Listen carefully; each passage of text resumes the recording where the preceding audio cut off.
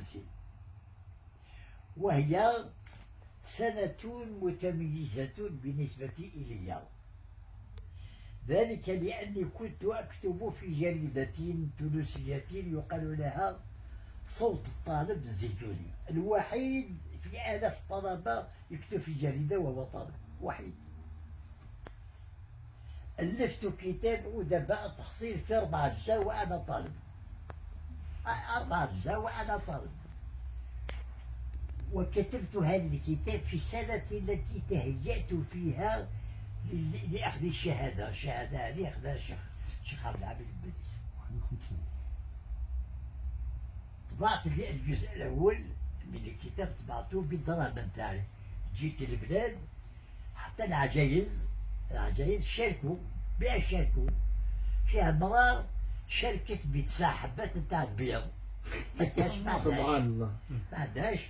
قالت لي يا أستاذ إذا ما تضحكش، إذا كذا كذا كذا كذا ما عنديش دراهم، نجيب لك 9 حبات تبيعهم ندخلهم في الدراهم. أي قلت الله يبارك، 9 حبات بيض وبيضاء وكذا. المهم الشهر كامل أنا نحوس في الجزائر في بلاد القبائل حتى جمعت 80,000 دراهم. نعم 80,000 في الوقت هذاك أقل ما يكون 80 مليون. نعم. عندما رجعت طبعت الجزء الأول. عندما طبعته في تونس؟ في الجزائر طبعته؟ ما سمعتش. طبعته في الجزائر ولا في تونس؟ إيه في تونس. في تونس. الجزائر مستعمرة. في تونس طبعته. هذاك اللي طبع لي الكتاب قال لي 100,000، وعندما عرف أنني ما زلت طالب في جامعة زيتونة قال لي نضحي ب20,000. نعم. خلاني 20,000 وطبع لي الكتاب. عندما وفى الكتاب بالطبع الجزء الأول هو قال لي عندك 23 يوم ما تدورش لنا المطبعة. قال لي بعد 23 تجي تاخذ الكتاب بتاعك. نهار 23 الكتاب حضر، وصلت إليه، دخلت أنا وواحد طالب، دخلنا قال لي شوف، قال لي أنت استطعت أن تؤلف الكتاب، قال لي ولكن اسمح لي نعطيك درس. ما يقراش، خدام مدير المطبعة ولكن ما يقراش مليح. قلت له نعم. قال لي اسمع لي مليح، نعطيك واحد الدرس، قال لي اكتبوا في دينك. قلت له نعم. قال لي أولا ما تتوقفش عن التأليف، ولذلك أنت راك 180 186 كتاب. الله يبارك ما شاء الله. الله يبارك. 186 186 كتاب ما شاء الله. قال لي مسألة ثانية، قال لي الكتاب هذا اللي طبعته دور على المشايخ نتاع جامعة زيتونة 182، كل واحد أعطي له نسخة. قال لي هذا يعتبر ولادة لك. قال لي أول مرة تولدت بالكتاب هذا. قال لي أعطي كل واحد الكتاب، كتب له هكا الشيخ كذا فلان أعطي له. قال لي الأمر الثالث، قال لي لو كان تعمل مجهودك تزور الشيخ طه بن عاشور. قال لي ما تقدرش ولكن اعمل مجهود. شيخ الجامع. قال لي خذ الكتاب، خليت تما آلاف من النسخ، أعطاني شوية من الكتب خرجت. هذيك الكلمات هذيك ترسخت في ذهني.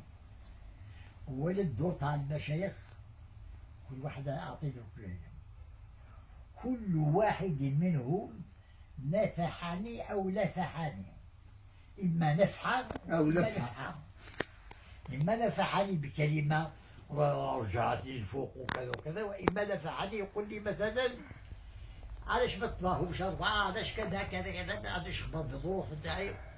المهم عندما طبع الكتاب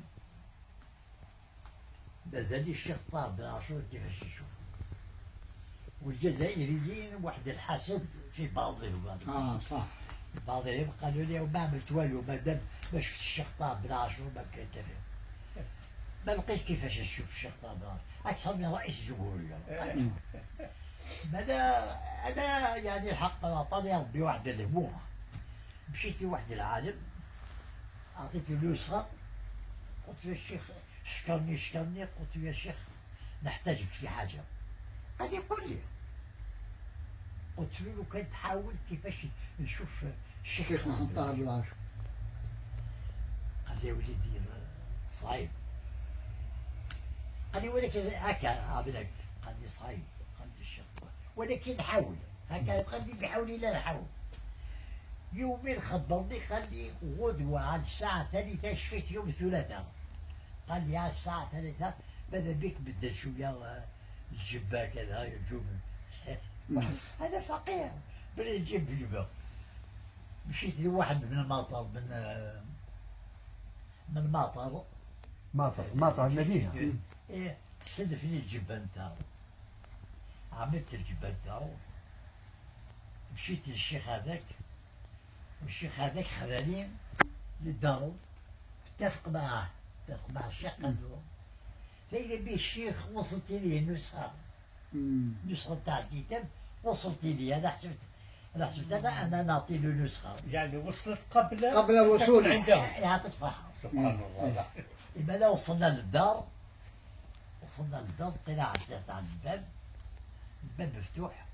لقينا الأرض مكسوة بزربية حتى لي وهو قاعد في وسط الدار هذيك. نعم.